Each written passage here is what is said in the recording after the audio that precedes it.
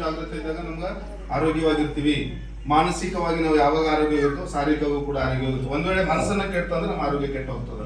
ಅದಕ್ಕೆ ನಿಮಗೆ ಧ್ಯಾನ ಮಾಡಿಸೋ ಉದ್ದೇಶ ಏನಂದ್ರೆ ತಮ್ಗೆ ಗೊತ್ತಾಗ್ಲಿ, ಇದು ಕೇವಲ ಪೂಜೆ ಮಾಡಿ ಹಿಂದೂ ಧರ್ಮದ ಪ್ಲೇ ಹೋಗೋದು ಅಲ್ಲ. ಬೌದ್ಧ ಧರ್ಮವನ್ನ ವೈಜ್ಞಾನಿಕವಾಗಿ ತಳಹದಿ ಮೇಲೆ ನಿಂತ ಒಂದು ಧರ್ಮ, ಪ್ರಾಕ್ಟಿಕಲ್ ಅದೇ. ಥೇರಿ ಹೇಳಿ ಯಾರಿಗಾರ ಮನಸ್ಸಿಗೆ ಒಣ ನೆಮ್ಮದಿ ಕೊಟ್ಟು ಆಯ್ತು ನಿಮ್ಗೆ ಒಳ್ಳೇದಾಗ್ತಂತ ಹೇಳಿ ಹೋಗುವಂತ ಧರ್ಮ ಇಲ್ಲ. ಪೂಜೆ ಮಾಡಿ ಪೂಜೆ ಪ್ಲೇ ಹೋಗುವಂತ ಧರ್ಮನೂ ಕೂಡ ಇದು ಬೌದ್ಧ ಧರ್ಮ ಅಲ್ಲ. ನಿಂತಿರುವಂತ ವೈಜ್ಞಾನಿಕ ಒಂದು ತಳಹದಿ ಮೇಲೆ ನಿಂತಿರುವ ಧರ್ಮ ಆಗ್ತದೆ. ಪ್ರತಿಯೊಂದು ಪ್ರಾಣಿ ಪಕ್ಷಿಗೂ ಕೂಡ ಮನೆ ಕಟ್ಟುವಂತ ವ್ಯವಸ್ಥೆ ಅದ. ಪ್ರತಿಯೊಬ್ಬರು ಮನೆ ಕಟ್ತದ. ಪ್ರಾಣಿ ಪಕ್ಷಿ ಹಕ್ಕಿನೂ ಕೂಡ ಮನೆ ಕಟ್ತದ. ಅದ್ರ ಮನೆ ಕಟ್ತದ, ಅದು ನೆಮ್ಮದಿನೂ ಬರ್ತದ. ಮನುಷ್ಯ ಏನ್ ಮಾಡಿದಾನೆ ಅಂದ್ರೆ ಹಾರೋದ್ ಕಲ್ತಿದ್ದಾನೆ, ಈಜು ಮಾಡೋದು ಕಲ್ತಿದ್ದಾನೆ ಅಂದ್ರೆ ಮನುಷ್ಯನಾಗಿ ಬದುಕೋದು ಕಲ್ತಿಲ್ಲ. ಅದಕ್ಕೆ ಮನುಷ್ಯ ಬದುಕಬೇಕಾದ್ರೆ ತನ್ನ ಮನಸ್ಸನ್ನ ಶಾಂತತೆಯನ್ನು ಇಟ್ಕೊಳ್ಬೇಕು. ಕೇವಲ ಹೆಸರಿಡೋದ್ರಿಂದ ಶಾಂತತೆ ಬರಲ್ಲ. ಧ್ಯಾನ ಮಾಡೋದ್ರ ಮುಖಾಂತರವಾಗಿ ನಾವು ಪ್ರತಿದಿನ ಏನ್ ಮಾಡ್ತೀವಿ ಅಂದ್ರೆ ಮನೆಯಲ್ಲೆಲ್ಲ ಕ್ಲೀನ್ ಮಾಡ್ತೀವಿ, ಶರೀರ ಕ್ಲೀನ್ ಮಾಡ್ತೀವಿ, ಕಾಲ ಹಾಕೋ ಚಪ್ಪಲಿ ಕೂಡ ಕ್ಲೀನ್ ಮಾಡ್ತೀವಿ. ಅದನ್ನ ಮನಸ್ಸು ಕ್ಲೀನ್ ಮಾಡೋದು. ಅದಕ್ಕೆ ನಮ್ಗೆ ಆರೋಗ್ಯ ಬಹಳ ಏರ್ಪೇರಾಗ್ತದೆ. ಅದಕ್ಕೆ ದಯವಿಟ್ಟು ಎಲ್ಲರೂ 1 ನಿಮಿಷ 1 ಗಂಟೆ ಧ್ಯಾನ ಮಾಡೋದ್ರಿಂದ ಪ್ರತಿದಿನ ನಮ್ಮ ಮನಸ್ಸು ಏನಾಗ್ತದೆ ಜಾಗೃತಿ ಆಗಿರ್ತದೆ, ನಾವು ಆರೋಗ್ಯವಾಗಿರ್ತೀವಿ. ಈ ಆರೋಗ್ಯ ನಮ್ಗೆ ಕೆಡಬೇಕಾದ ಕಾರಣ ಮನಸ್ಸು ಇರ್ತದೆ.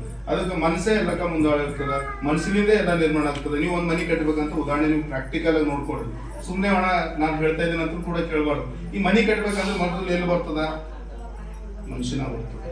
ಹಿಂಗೆ ನನ್ನ ಮನೆ ಇರಬೇಕು ಅಂತ ಬೇರೆ ಎಲ್ಲೂ ಬರಲ್ಲ. ಆಮೇಲೆ ಏನ್ ಬರ್ತದೆ ಅಂದ್ರೆ ಸ್ಕೆಚ್ ಪೇಪರ್ ಮೇಲೆ ಬರ್ತದೆ. ಹಿಂಗೆ ನನ್ನ ಮನೆ ನಿರ್ಮಾಣ ಮಾಡಬೇಕು, ಇಲ್ಲ ಬಾತ್ರೂಮ್ ಇರಬೇಕು, ಟಾಯ್ಲೆಟ್ ಇರಬೇಕು, ಕಿಟಕಿ ಇರಬೇಕು, ಈ ಕಡೆ ಕಿಚನ್ ರೂಮ್ ಇರಬೇಕು, ಹಾಲ್ ಇರಬೇಕು ಅಂತ. ಅದಕ್ಕೆ ಮನಸ್ಸೇ ಮುಂದಾಳು. ಒಂದು ಕಾರ್ ತಗೋಬೇಕಾಗ್ಯದ, ದುಡ್ಡು ಕೊಡೋಣ ಕಾರ್ ಬರಲ್ಲ. ಪೈಲೆ ಮನುಷ್ಯನಾಗ ಬರ್ಬೇಕು ಕಾರ್ ತಗೋಬೇಕು. ಅದು ಎಂತ ಕಲರ್ ಇರಬೇಕು, ಹೆಂಗಿರ್ಬೇಕು, ಅದ್ರಾಗ ಎಷ್ಟು ಜನ ಕೊಡ್ಬೇಕು ಅಂತ ಅದೆಲ್ಲ ಎಲ್ಲಿ ಬರ್ತದ? ಮನುಷ್ಯನಿಗೆ ಬರ್ತದೆ. ಅದಕ್ಕೆ ಭಗವಾನ್ ಬುದ್ಧರು ಏನ್ ಮಾಡ್ತಾರ ನೋಡ್ರಿ, ಈ ಜಗತ್ತಿನ ಸತ್ಯ ಕಂಡಿಡ್ಲಕ್ಕ ಪೆನ್ ತಗೊಂಡಿಲ್ಲ, ಕಾಪಿ ತಗೊಂಡಿಲ್ಲ, ಪುಸ್ತಕ ತಗೊಂಡಿಲ್ಲ. ಕೇವಲ ಕಣ್ಣು ಮುಚ್ಕೊಂಡು ಕುಂತು ಈ ಜಗತ್ತಿನ ದುಃಖವನ್ನು ಕಂಡಿಡ್ದ. ಬೇರೆ ಏನು ತಗೊಂಡಿಲ್ಲ, ಪುಸ್ತಕ ತಗೊಂಡಿಲ್ಲ, ಕಾಪಿ ತಗೊಂಡಿಲ್ಲ, ಪೆನ್ ತಗೊಂಡಿಲ್ಲ, ಏನು ಕೂಡ ಕೇವಲ ತಮ್ಮ ಮನಸ್ಸನ್ನ ಜಾಗೃತಿಗೊಳಿಸುವ. ಅದಕ್ಕೆ ಏನಂತಾರೆ ಭಗವಾನ್ ಬುದ್ಧರು ಪ್ರತಿಯೊಂದಕ್ಕೆಲ್ಲ ಮನಸ್ಸೇ.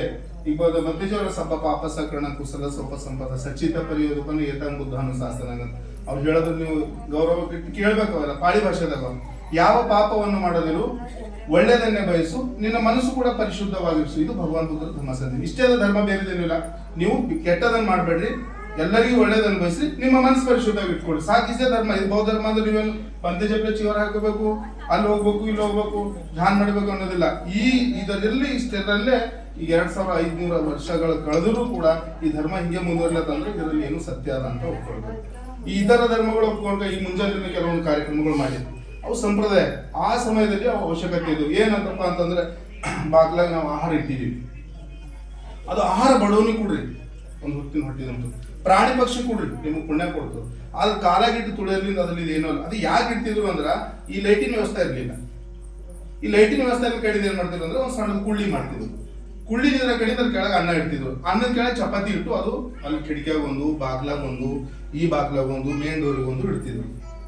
ಅದು ಒಂದು ಪದ್ಧತಿ ಬೆಳೆದು ಬಂತು. ಅದು ಸಂಪ್ರದಾಯ ಇತ್ತು. ಅವಾಗ ಅವಶ್ಯಕತೆ ಇತ್ತು. ಈಗ ಇಂಥ ಲೈಟ್ ಕೊಟ್ರ ಬಾಬಾ ಸಾಹೇಬರು ನಮ್ದು ಅವರು ಇದರಿಂದ ಒಂದು ತ್ಯಾಗದಿಂದ ಗೊತ್ತು, ಅವ್ರ ಬಲಿದಾನದಿಂದ ಇಂಥ ದೀಪಗಳು ಕಂಡಿದ್ದೀವಿ. ಅದ್ರ ಅವಶ್ಯಕತೆ ನಮ್ಗೆ ಇಲ್ಲ. ಈಗ ಅದ್ರ ಅವಶ್ಯಕತೆ ಇತ್ತು, ಆ ಸಮಯದಾಗ ಇತ್ತು. ನೀವು ನೋಡ್ತಿರಲಿಲ್ಲ, ಪ್ರಾಕ್ಟಿಕಲ್ ಆಗಿ ನೋಡ್ರಿ. ಅದ್ರಾಗ ಅನ್ನ ಅದ, ಕೆಳಗೆ ಚಪಾತಿ ಅದ, ಮೇಲೆ ಅದ್ರಾಗ ಎಣ್ಣೆ ಹಾಕಿರಿ, ಬತ್ತಿ ಹಾಕಿರಿ. ಅದು ಬೆಳಕಿನಗೋಸ್ಕರ ಇತ್ತು. ಇವಾಗ ಅವಶ್ಯಕತೆ ಇಲ್ಲ. ಆಹಾರನೇ ಮತ್ತೊಬ್ಬರಿಗೆ ಕೊಡ್ರಿ, ನಿಮ್ಗೆ ಪುಣ್ಯ ಸಿಗ್ತದೆ. ದಾನ ಮಾಡ್ರಿ ಮತ್ತೊಬ್ಬರಿಗೆ, ಅದ್ರಲ್ಲಿ ಹಾಳು ಮಾಡೋದು ಬೇಡ. ಅದಕ್ಕೆ ಪ್ರಾಕ್ಟಿಕಲ್ ನಾವು ಬರಬೇಕು.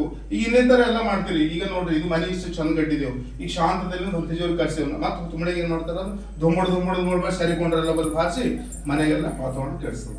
ಈ ಮನೆ ಕಟ್ಟೋದ್ರಲ್ಲಿ ಈ ವಾತಾವರಣದಲ್ಲಿ ಏನಾಗಬೇಕು ಅಂದ್ರೆ ಪಂಚಶೀಲಗಳನ್ನ ತಗೊಂಡ್ರಿ. ಆ ಪಂಚಶೀಲಗಳನ್ನ ಈ ಮನೆಯಲ್ಲಿ ಮುರಿಬಾರ್ದು. ಸರಿ ಕುಡಿಬಾರ್ದು, ಸಿದ್ದಿ ಕುಡಿಬಾರ್ದು, ಕೆಟ್ಟ ವಿಚಾರ ನಡ್ಬೇಡಿ ಮನೆ ಮೇಲೆ ಅಂತ ಈಗಾಗಲೇ ಮಂತ್ರಿಜೋರು ಮಾಡ್ಯಾರ. ನಿಮ್ಮ ಮನಸ್ಸು ಕೂಡ ಇಲ್ಲಿ ಹಲವಾರು ಮನಸ್ಸು ಒಂದೊಂದವ. ಎಲ್ಲರ ಮನಸ್ಸು ಶಾಂತತೆ ತಂದು ಇಲ್ಲಿ ನಿಮ್ಮ ಮನಸ್ಸಿಗೆ ಏನ್ ಮಾಡ್ತೇವೆ ಅಂದ್ರೆ ಪ್ರತಿಯೊಬ್ಬರಿಗೂ ಕೂಡ ನಾವು ಮಾನಸಿಕವಾಗಿ ಕಾಯ ವಾಚ ಮನಸ್ಸ ಅಂತ 3 ಇರ್ತಾವ. ಈ 3ಲಿಂದ ಕೂಡ ನಾವು ಕೆಟ್ಟದ್ ಮಾಡ್ತೀವಿ, ಮತ್ತೆ ಈ 3ಲಿಂದ ಒಳ್ಳೇದ್ ಮಾಡ್ತೀವಿ. ಕಾಯ ಅಂದ್ರೆ ನಮ್ಮ ಕೆಲಸದ ಮುಖಾಂತರವಾಗಿ, ವಾಚ ಅಂದ್ರೆ ವಾಣಿ ಮುಖಾಂತರ, ಮನಸ್ಸು ಅಂದ್ರೆ ಮನಸ್ಸಿನಾಗ. ಈಗ ಮನಸ್ಸಿನ ಮುಖಾಂತರ ಹೆಂಗ್ ಒಳ್ಳೇದಾಗ್ಲಿ ಅಂದ್ರೆ ಶಾಂತಾಗಿ ಮನೆ ಕಟ್ಟೋದು ಚಂದಾಗ್ಲಿ ಅಂತ ನಾವು ಮನೆಗಿದ್ದಲ್ಲಿ ಪ್ರಾರ್ಥನೆ ಮಾಡ್ತೀವಿ, ಅಥವಾ ಪ್ರೇಯರ್ ಮಾಡ್ತೀವಿ, ಅಥವಾ ನಾವು ಒಂದು ಶುಭಾಶಯ ಕೋರ್ತೀವಿ. ಅದು ಮನಸ್ಸಿನ ಮುಖಾಂತರ. ಕೈಲಿ ಕೆಲಸ ಮಾಡ್ನು. ಈಗ ಕೆಲಸ ಮಾಡ್ತಾ ಇದ್ರು, ಏನೋ ಒಂದು ಆಹಾರ ಮಾಡ್ತಾ ಇದ್ರು, ಅಥವಾ ಇದೇನೋ ಪೂಜೆ ಮಾಡ್ತಾ ಇದ್ರು, ಬಂದು ಕೈಲಿ ಕೆಲಸ ಮಾಡ್ತಾ ಇದ್ವಿ. ಹೌದಲ್ಲ? ಅದು ಕಾಯ. ಮನಸ್ಸು ವಾಚದಿಂದ ಏನ್ ಮಾಡ್ತಾ ಇದ್ರು, ಶಾಂತಕ್ಕೆ ಒಳ್ಳೇದಾಗ್ಲಿ ಅಂತ ಬಯಸ್ತೇವಲ್ಲ. ಇದು ಕಾಯ ವಾಚ ಮನಸ್ಸ 3 ಪರಿಶುದ್ಧ ಆಗಿರ್ಬೇಕು. ಇವು ಹೆಂಗಿರ್ಬೇಕು ಅಂದ್ರೆ ಇವುದರಿಂದ ಕೆಲಸಗಳು ಆಗ್ತಾವೆಲ್ಲ. ಈಗ ನಾವು ಮನಸ್ಸಿನಿಂದ ಕೆಟ್ಟದ್ದು ಮಾಡ್ತೀವಿ, ಮನಸ್ಸಿನಿಂದ ಕೆಟ್ಟದ್ದು ಮಾಡ್ತೀವಿ, ಜೊತೆ ಮನಸ್ಸಿನಿಂದ ಒಳ್ಳೇದು ಮಾಡ್ತೀವಿ, ಮತ್ತೆ ಕೈಲಿಂದ ಕೆಟ್ಟದ್ದು ಮಾಡ್ತೀವಿ, ಮತ್ತೆ ಕೈಲಿಂದ ಒಳ್ಳೇದು ಮಾಡ್ತೀವಿ, ಮತ್ತು ವಾಣಿನಿಂದ ಕೆಟ್ಟದ್ದು ಮಾತಾಡ್ತೀವಿ, ಮತ್ತು ವಾಣಿನಿಂದ ಒಳ್ಳೇದು ಮಾತಾಡ್ತೀವಿ. ಇವು ಎರಡು ಆಗು ಹೋಗುಗಳಿಗೆ ಬಹಳ ಅಜಾಗಜಾಂತರ, ಒಂದಕ್ಕೊಂದು ಬಹಳ ಹತ್ರ ಸಂಬಂಧಗಳವ. ಅದಕ್ಕೆ ಒಳ್ಳೇದು ಕೆಟ್ಟದ್ದು ಇವು ಮೂರಿಂದ ಆಗ್ತಾವೆ. ಇವು ಮೂರು ಮಾತ್ರ ಪರಿಶುದ್ಧ ಆಗಿರ್ಬೇಕು. ಈಗ ಮನಸ್ಸಿನಿಂದ ಒಂದು ಶಾಂತಾಗ ಮನೆ ಕಟ್ಲತ್ತಾಳ, ಮನೆ ಕುಂತಲ್ಲಿ ಕೆಲವರು ಆಶೀರ್ವಾದ ಮಾಡ್ತಾರೆ, ಸರಿಯಾಗಿ ಕಟ್ಲತ್ತಾಳಪ್ಪ, ಮಾಡಲಿ ಒಳ್ಳೇದಾಗ್ಲಿ ಅಂತ ನಾವು ಮನಸ್ಸಿನ ಒಂದು ಆಕೆಗೆ ಶುಭ ಕೊಡೋದು. ಇದು ಒಂದು ಒಳ್ಳೆ ಕೆಲಸನೇ. ಆಮೇಲೆ ಏನ್ ಮಾಡ್ತೀವಿ ಅಂದ್ರೆ ಮನಸ್ಸಿನಿಂದ ಗೋರಿಂದ ಆಗ್ಲಿದ್ರೆ ವಾಣಿಲಿಂದ ಹೇಳ್ತೀವಿ, ಶಾಂತಕ ನೀವು ಚಂದ ಮಾಡಿದ ಮನಿ ಅಂತ ವಾಣಿಲಿಂದ ಹೇಳ್ತೀವಿ, ಅದು ಒಳ್ಳೇದೇ ಆಗ್ತದೆ. ಕೆಲಸ ಆಗಿ ಏನೋ ಕೆಲಸ ಮಾಡ್ತಾ ಇದ್ರು, ಸುಮ್ಮನೆ ಒಂದು ಇಟಗಿ ಮಾಡ್ತಾ ಇದ್ರು, ಬಂದು ಇಂತ ಹಿಂಗ್ ಮಾಡ್ಬೇಕ ಅಥವಾ ಹಿಂಗ್ ಕಟ್ಟಬೇಕನ್ನೋ ಅದು ನಾವು ಸಾರ್ವಜನಿಕ ಕೊಡುವಂತ. ಇದನ್ನೇ ಕೂಡ ನಾವು ಬದಲಾವಣೆ ಮಾಡಿದಾಗ ಇವು ಮೂರಲಿಂದ ಕೆಟ್ಟದ್ದು ಮಾಡ್ತೀವಿ. ಮತ್ತೊಬ್ಬರಿಗೆ ಶಾಂತಕ್ ಮನೆ ಕಟ್ಟದ ಇದು ಯಾಕೆ ಬಿದ್ದೈತದ ಅಂತೀವಿ, ಅದು ಮನಸ್ಸಿನ. ಮತ್ ವಾಣಿಲಿ ಕೆಟ್ಟದ ಬಿದ್ದೋಗ್ಲಿ ಸೆಡ್ಡಿ ಅಂತ ಬಾಯಿಲಿಂದ ಹೇಳ್ತೀವಿ, ಅಥವಾ ಆಗಿ ಸುಮ್ಮನೆ ಗಿಲಾಸ್ ಹಾಕಿ ಹೋಯ್ತಾವ ಅಂತ ಕಲ್ ಹೊಡೆದು. ಇದನ್ನು ಕೂಡ ಮೂರು ಕಾಯ ವಾಚ ಮನಸ್ಸಿನಿಂದ ಕೆಟ್ಟದನ್ನು ಆಗ್ತದೆ, ಕಾಯ ವಾಚ ಮನಸ್ಸಿನಿಂದ ಒಳ್ಳೇದನ್ನು ಬಯಸ್ತಾ ಇರ್ತೀವಿ. ಇದನ್ನ ನಾವು ಬಳಸ್ಕೊಂಡು ಬಿಡ್ಬೇಕನ್ನೋದು ಬೌದ್ಧ ಧರ್ಮ. ಅದಕ್ಕೆ ಸಂಪ್ರದಾಯ ಏನೇ ಇರಲಿ, ಈಗ ನಮ್ಗೆ ಸತ್ಯನ ಕಂಡು ಹಿಡಿದೀವಿ. ಬಾಬಾ ಸಾಹೇಬ್ ನಮ್ಗೆ ಕೊಟ್ಟ ಮೇಲೆ 70 ವರ್ಷದಾಗ ನಮ್ಗೆ ಧರ್ಮ ಕೊಟ್ಟು ಹೋಗ್ಯಾರ, ಸಂವಿಧಾನ ಕೊಟ್ಟು ಹೋಗ್ಯಾರ, ನಮ್ಗೆ ಬದುಕಲಾಕ ಹಾಕಿ ಕೊಟ್ಟು ಹೋಗ್ಯಾರ. ಇಷ್ಟೆಲ್ಲ ಕೊಟ್ಟರು ಕೂಡ ಇವತ್ತು ನಾವು ಬಾಬಾ ಸಾಹೇಬರನ್ನ ಮರೆತು ನಾವು ಮತ್ತೆ ಬೇರೆ ಬೇರೆ ಅಸತ್ಯ ಕಡೆ ಹೋಗ್ತೀವಿ. ಸತ್ಯ ಕಡೆ ನಾವು ಬರ್ಲಕ್ಕೆ ಸಾಧ್ಯನೇ ಇಲ್ಲ. ಯಾಕೆ ಬರ್ಲಕ್ಕೆ ಗೊತ್ತಿಲ್ಲ ಅಂತಂದ್ರೆ ನಮ್ಮನ್ನು ಬಿಡ್ತಾ ಇಲ್ಲ. ನಾವು ಮಾನಸಿಕವಾಗಿ ಗುಲಾಮರಿದ್ದೀವಿ, ಮನಸ್ಸಿನಿಂದ ಗುಲಾಮರಿದ್ದೀವಿ, ಶಾರೀರಿಕ ಗುಲಾಮರಿಲ್ಲ. ಮೊದಲು ಬ್ರಿಟಿಷರ ಕಾಲದಾಗ ಶಾರೀರಿಕ ಗುಲಾಮ್ ಇದ್ದೀವಿ. ಹಿಂದೂ ಬಾಬಾ ಸಾಹೇಬ್ ಹುಟ್ಟಲ್ಕಿನ ಮುಂದೆ ಶಾರೀರಿಕ ಗುಲಾಮ್ ಇದೆ ಅಂತ, ನಾನು ನೌಕರಿ ಮಾಡಿದ್ದೆ ಅಂದ್ರೆ ಅಂತ ಶಾರೀರಿಕ ಗುಲಾಮಿ. ಮಾನಸಿಕ ಗುಲಾಮ್ ಅಂದ್ರೆ ನಮ್ಮ ಮನಸ್ಸಿನಿಂದ ಇನ್ನೂ ಕೂಡ ನಾವು ತೆಗೆದಾಕಿಲ್ಲ. ಈಗ ನಮ್ಮ ತಾಯಿ ಮಾಡ್ಯಾಳ ಅಂತ ನಾವು ಮಾಡ್ತೇವೆ. ನಮ್ಮ ತಾಯಿ ಭಾಷೆ ಹಾಕೊಂಡಿದ್ಳು ಅಂತ ತಿಳ್ಕೊರಿ, ಈಗ ಮುಂದೆ ಮಗನಿಗೆ ಹಾಕ್ತಾವೆ, ಮತ್ತೆ ಮುಂದೆ ನಿಮ್ಮ ಮಕ್ಕಳಿಗೆ ಹಾಕ್ತೇವೆ. ಯಾಕಂದ್ರೆ ಅವು ಮಾಡ್ಯಾಳ ಅಂತ ನೀವು ಮಾಡಿರಿ, ನಿಮ್ಮ ಭಾಷೆ ತಂದು ಇವ್ರ ಕೊಳ್ಳಿಗೆ ಹಾಕಿ, ಇವ್ರ ಭಾಷೆ ಮತ್ತೊಬ್ರು ಕೊಳ್ಳಿಗೆ. ಇದು ಹಿಂಗೆ ಮುಂದುವರ್ತ ನೋಡಿದ್ರೆ ಭಾಷೆ ತೆಗಿಲಾಕಿಲ್ಲ. ಅದು ಬಾಬಾ ಸಾಹೇಬ್ ನಮ್ಮ ಭಾಷೆ ತೆಗ್ದಾರ, ಕೆಲವರಿಗೆ ಗೊತ್ತಾಗ್ಯದ. ಅದು ನಾವು ತೆಗೆದು ನಾವು ಮತ್ತೊಬ್ರು ಕೊಳ್ಳಿಗೆ ಹಾಕೊಡು, ಅದು ನಾವು ಒಳ್ಳೇದು ಹಾಕ್ಬೇಕು. ಈಗ ಬಾಬಾ ಸಾಹೇಬ್ ಕೊಟ್ಟಿನ ಭಾಷೆ ನಾವು ಒಳ್ಳೆ ಹಾಕಿದ್ರು ನೀವು ಒಳ್ಳೆ ಜೀವನ ಮಾಡ್ತೀರಿ. ಈಗೆಲ್ಲ ಕೆಲವರೆಲ್ಲ ಒಳ್ಳೆ ರೀತಿಯ ಸಮಾಜ ಬದುಕ್ತಾ ಇರೋದು ಕಾರಣ ಏನಂದ್ರೆ ಸಮಾಜದಲ್ಲಿ ಮೂಢನಂಬಿಕೆ, ಅಂಧಶ್ರದ್ಧೆ ಇವೆಲ್ಲ ಬಿಟ್ಟೇವು ಅಂತಂದ್ರೆ ಅವಾಗ ಮನೆ ಸುಧಾರಿಸ್ತದೆ.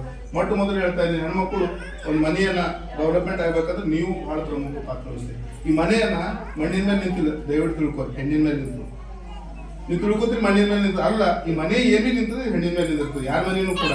ಅದಕ್ಕೆ ಹೆಣ್ಣು ಅನ್ನೋದು ಬಹಳ ಪ್ರಮುಖ ಆಗಿರ್ತದೆ ಒಂದು ಸಂಸ್ಕಾರ ಕೊಡೋದು ಮನೆಗೆ. ಅದಕ್ಕೆ ದಯವಿಟ್ಟು ಎಲ್ಲ ತಾಯಿಂದರೇ ಕುಂತಿರಿ, ಇಲ್ಲಿ ಗಂಡ್ಸ ಮಕ್ಕಳು ಯಾರು ಬಂದಿಲ್ಲ. ಅದಕ್ಕೆ ನೀವು ನಮ್ಮ ಊರಲ್ಲಾಗಿರುವಂಥದ್ದು. ಯಾಕಂದ್ರೆ ಇಲ್ಲಿ ನೋಡ್ರಿ, ನಮ್ಮ ದೇಶ ವಿದೇಶಗಳಿಗೆ ನಮ್ಮ ಹೆಸರದ, ಆದ್ರೆ ಇಲ್ಲಿ ಏನ್ ಮಾಡ್ತಾ ಇದ್ರಿ, ಮನ್ ನೋಡಿದೆವ್ರು ಕೆಳಗೆ ಯಾರೋ ಒಬ್ರಿಗೆ ಸ್ವಾಮೀಜಿ ಕಸ್ ಪೂಜೆ ಮಾಡೋದು ಬಹಳ ದುಃಖ ಸಂಗತಿ ಅದ. ನಾವ್ರಿಗೆ ಬೈತಾ ಇಲ್ಲ, ಆದ್ರೆ ತಿಳ್ಕೊಬೇಕು ಏನ್ ಮಾಡ್ಬೇಕು ಏನಿಲ್ಲ ಅಂತ ತಿಳ್ಕೊಂಡು ಕೆಲಸ ಮಾಡ್ಬೇಕು. ಕೆಲವೊಂದು ತಿಳ್ಕೊಂಡು ಚಂದ ಮಾಡಿ ಅವ್ರು ಉದ್ದಾರ ಆಗ್ಲತ್ತಾರ, ಒಳ್ಳೆ ಮನೆ ಕೆಡ್ಲತ್ತಾರ, ಗಾಡಿ ತಗೊಳ್ತಾರ, ಎಲ್ಲ ಸರಿ ಬಟ್ಟೆ ಕೊಡ್ತಾರ, ಊಟ ಮಾಡ್ತಾರೆ. ಯಾಕಂದ್ರೆ ಅವ್ರಿಗೆ ಸಂಪರ್ಕ ಗೊತ್ತಾಗ್ಯದ, ಬಾಬಾ ಸಾಹೇಬ್ರಿಗೆ ಏನು ಅನ್ನೋದು ಗೊತ್ತಾಗ್ಯದ. ಅವ್ರು ಏನು ಮಾಡಿದ್ರು ಬಾಬಾ ಸಾಹೇಬ್ರಿಗೆ ಗುರುತಿಸ್ತಾರ, ಅವ್ರು ಮಾಡಿದ ಕೆಲಸ ಕಂಡು ಹಿಡ್ದಾರ. ನೀವು ಅಷ್ಟೇ ಗುರುತಿಸ್ಕೊಂಡು ಅವ್ರ ಹಾದಿದಾಗ ನಡ್ತೀರಿ ಅಂದ್ರೆ ಎಲ್ಲರೂ ಸುಖ ಆಗಿರ್ತೀರಿ, ಯಾರು ದುಃಖದಾಗಿರ್ರಿ. ಅವ್ರ ಹಾದಿ ಬಿಟ್ಟಿರಿ, ಕೆಟ್ಟದ್ ಮಾಡ್ತೀರಿ, ಈ ಬಲಿದಾನ ಮಾಡ್ತೀರಿ. ಬಲಿದಾನ ಮಾಡಿ ನೀವು ಪಾಪ ಹತ್ತದ ಗೊತ್ತದ, ಮತ್ತೆ ಹೋಯ್ತೇವೆ, ಇದೆಲ್ಲ ಮಾಡ್ತೇವೆ, ಮತ್ತೆ ಕುರಿ ಕೋಳಿಗೆ ಹೋಯ್ತೇವೆ, ಎಲ್ಲರ ಹೋಯ್ತದ, ಮತ್ತೆ ಪಾಪದಾಗ ಅಡಿಪಾಯಿ ಹಾಕ್ತಿವಿ, ಮತ್ತೆ ಪಾಪ ಆಯ್ತು, ಮತ್ತೆ ನಾವು ದುಃಖದಾಗ ಬೀಳ್ತೇವೆ. ಹಾಗೇನಂತೀವಿ, ಒಂದು ಸಾಲ ಮಾಡ್ಕೋತೀವಿ. ಬಾಜು ಮನೆಗೆ ಕೊಯ್ದಾಳ ಅಂದ್ರೆ ಈಕಿ ಕೊಯ್ತಾಳ 50,000 ರೂಪಾಯಿ ಸಾಲ ಮಾಡಿ, ಆ ಸಾಲ ಸಗಿನ ಕಟ್ಟಬೇಕು. ಅವ ಬಂದಿರ್ತಾನೆ ಧರ್ಮಸ್ಥಳದ ಮುಂಜಾನೆ ಮನೆ ಮುಂದೆ ಇದಿರ್ತಾನ. ಇದು ಈ ತರ ನೋಡಿ, ಒಳ್ಳೆ ಮನೆ ಕಟ್ಕೋರಿ, ಟಿವಿ ಹಾಕ್ರಿ, ಫ್ಯಾನ್ ಹಾಕೋರಿ, ಗಾಡಿ ತಗೋರಿ, ಒಳ್ಳೆ ಬಟ್ಟೆ ತಗೋರಿ, ಬೆಡ್ ಹಾಕ್ಸ್ಕೊರಿ, ಸರಿಯಾಗಿ ಮನೆಗೆ ಊಟ ಮಾಡಿದ್ರೆ ತಿಂದ್ರೆ ಆರಾಮ್ ಸರಿ ಇರೋದನ್ನೇ ಸಾಕು. ಹೋದ ಎಲ್ಲರೂ ಒಂದಿನ ಸಾಯ್ಬೇಕೇ ಆಗ್ತದೆ. ಭಗವಂತರಿನಾದ್ರೂ ಸಾಯ್ತಾರ, ಬೇರೆ ದೇವರಿನಾದ್ರೂ ಸಾಯ್ತೇವೆ, ಎಲ್ಲರಿನಾದ್ರೂ ಸಾಯ್ತೇವೆ. ಆದ್ರೆ ಆರೋಗ್ಯವಾಗಿರ್ಬೇಕು, ನಾವು ಸುಖ ಆಗಿರ್ಬೇಕಂದ್ರೆ ಡಾಕ್ಟರ್ ಬಾಬಾ ಸಾಹೇಬ್ ಅಂಬೇಡ್ಕರ್ ಮಾರ್ಗದ ಕಡೆ ನಾವೆಲ್ಲ ಹೋಗ್ಬೇಕು. ದಯವಿಟ್ಟು ಮತ್ತೊಂದ್ಸಲ ತಮ್ಮೆಲ್ಲರಿಗೆ ಯಾಕಂದ್ರೆ ಧನ್ಯವಾದ ಹೇಳ್ತೀನಿ. ಒಂದು ಮಾತು ಕೇಳಿನಿ, ಮಾತು ಕೇಳೋ ಪೇಷನ್ಸ್ ಅದನ್ನ ಇಲ್ಲ ಅಂತ ಕೂಡ ಫಾಸ್ಟ್ ಆಗಿ ಹೇಳಿನಿ. ಮತ್ತೆಲ್ಲರೂ ಇದಕ್ಕೆ ಎಲ್ಲೂ ಕೂಡ ಜಾಗೃತಿ ಮಾತಾಡ್ಕೊಂಡು ನಮ್ಮ ಸಮಾಜದಲ್ಲಿ ಜಾಗೃತಿ ಮಾಡುವಂತ ಕೆಲಸ ಆಗ್ಬೇಕಾಗಿದೆ.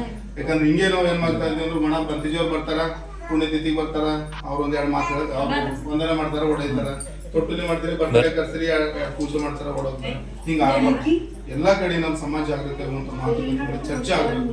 ಆ ಚರ್ಚೆ ಮುಖಾಂತರ ನಮ್ಮ ಸಮಾಜ ಜಾಗೃತಿ ಆಗಬೇಕು. ಜಾಗೃತಿಯಾಗಿ ಬಾಬಾ ಸಾಹೇಬ್ ಕೊಟ್ಟಿರುವಂತ ಮಾರ್ಗದಲ್ಲಿ ನಡಿಬೇಕು. ಪ್ರತಿಯೊಬ್ಬರಿಗೂ ಸುಖ ಅದ, ಪ್ರತಿಯೊಬ್ಬರಿಗೆ ಎಲ್ಲ ಅದನ್ನ ಬಳಸ್ಕೊಳಕ್ ಬರ್ಬೇಕಂತ. ಒಂದು ಉದಾಹರಣೆ ಹೇಳ್ತೀನಿ ನಾನು. ಈಗ ನಾನು 100 ರೂಪಾಯಿ ಕೊಟ್ರ ಅಂತ ತಿಳ್ಕೊಳಿ, 100 ರೂಪಾಯಿ ಕೊಟ್ಟರು ನಾನು ಏನ್ ಮಾಡ್ತೀನಿ, ನನ್ನ ತಂದೆಗೆ 100 ರೂಪಾಯಿ ಕೊಟ್ಟರೆ ನಮ್ಮ ತಂದೆ ಏನ್ ಮಾಡ್ತಾರೆ, 100 ರೂಪಾಯಿ ಕೊಟ್ಟರೆ ನಾ ಏನ್ ಮಾಡ್ತೀನಿ, ನಮ್ಮ ತಂದೆ ಏನ್ ಮಾಡ್ತಾರೆ. ಅದು ಬಾಬಾ ಸಾಹೇಬ್ರು ಎಲ್ಲರಿಗೂ ಕೊಟ್ಟರೆ ಬಳಸ್ಲಾಕ, ಎಲ್ಲರಿಗೂ ಕೊಟ್ಟರೆ ಸೇಮ್. ಯಾರಿಗೂ ಹೆಚ್ಚು ಕಮ್ಮಿ ಬಾಬಾ ಮಾಡಿದ್ರೆ ಹೆಚ್ಚಿಗೆ ಹೋದ್ರೆ ಅಂತ ನನಗೇನು ಹೆಚ್ಚಿಗೆ ಸ್ವಾತಂತ್ರ್ಯ ಕೊಟ್ಟಿಲ್ಲ. ನಿಮ್ಗೆ ಎಷ್ಟು ಕೊಟ್ಟರೆ ಅಷ್ಟೇ ಕೊಟ್ಟರೆ ಬಳಸ್ಕೊಂಬಂದ್ರಾಗ ಅದ. 100 ರೂಪಾಯಿ ನಮ್ಮ ಒಬ್ಬರಿಗೆ ಕೊಟ್ಟರೆ ಸೀದಾ ಎಲ್ಲಿ ಹೋಗ್ತಾರೆ ಅವರು, ಎಲ್ಲಿ ಹೋಗ್ತಾರೆ, ಸರಿ ಎಲ್ಲಿ ಹೋಗ್ತಾರೆ. ನಾ ಎಲ್ಲಿ ಹೋಗ್ತೀನಿ, ಒಂದ್ 100 ರೂಪಾಯಿ ತರಕಾರಿ ತಗೋತೀನಿ, ಮಕ್ಕಳಿಗೆ ಬಿಸ್ಕೆಟ್ ತಗೋತೀನಿ, ಬೇಕಾದ್ರೆ ಮನೆಗೆ ಏನಾರ ಬೇಕಾದ್ರೆ ಸಾಮಾನು ತಗೋತೀನಿ, 1 ಕಿಲೋ ಅಕ್ಕಿ ತಗೋಬಹುದು. ಇದು ತಗೊಂಡು ನಾನು ಮನೆಗೆ ತರ್ತೀನಿ.